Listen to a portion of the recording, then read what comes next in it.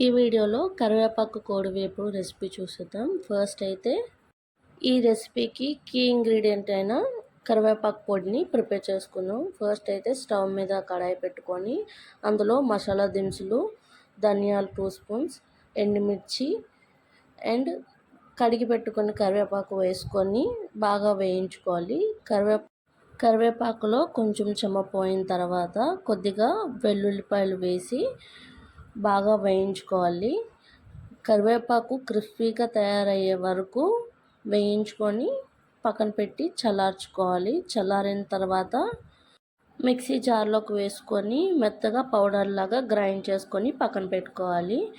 ఇప్పుడు స్టవ్ మీద కడాయి పెట్టి అందులో కొద్దిగా ఆయిల్ వేసి జీడిపప్పుని కొద్దిగా గోల్డెన్ బ్రౌన్ కలర్ వచ్చినంత వరకు వేయించుకొని పక్కన పెట్టుకోవాలి.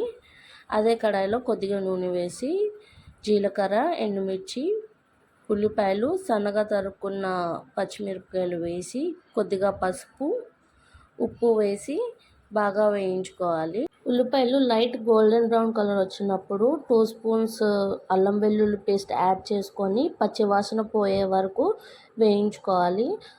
పచ్చివాసన పోయి బాగా వేగిన తర్వాత అందులో మనం ముందుగా కడిగి పెట్టుకున్న చికెన్ని యాడ్ చేసుకొని కొద్దిగా కరివేపాకు వేసుకొని కొద్దిగా వాటర్ వేసుకొని ముక్కు ఉడికే వరకు అండ్ చికెన్లోని వాటర్ మొత్తం ఎవాపరేట్ అయ్యి ఫ్రై అయ్యేలా వచ్చే వరకు ముక్కని ఉడికించుకోవాలి. చికెన్లోని వాటర్ మొత్తం ఎవాపరేట్ అయిన తర్వాత గోల్డెన్ బ్రౌన్ కలర్ వచ్చినంత వరకు ఫ్రై చేసుకొని అందులో మనం ముందుగా ప్రిపేర్ చేసుకున్న కరివేపాకు పొడిని యాడ్ చేసి మొత్తం ముక్కకు పట్టేలా కలుపుకొని అందులో కొద్దిగా కరివేపాకు, కొత్తిమీర, ముందుగా వేయించుకున్న జీడిపప్పు వేసి బాగా వేయించి ఇంకొక 2 నిమిషాల పాటు వేయించుకొని సర్వ్ చేసుకోవడం అంతే. మీరు కూడా ఈ రెసిపీ ట్రై చేసి టేస్ట్ ఎలా ఉందో కామెంట్ సెక్షన్లో కామెంట్ చేసేయండి. మీకు నా వీడియో కనుక నచ్చినట్లయితే please like, share and subscribe for more videos. Thank you.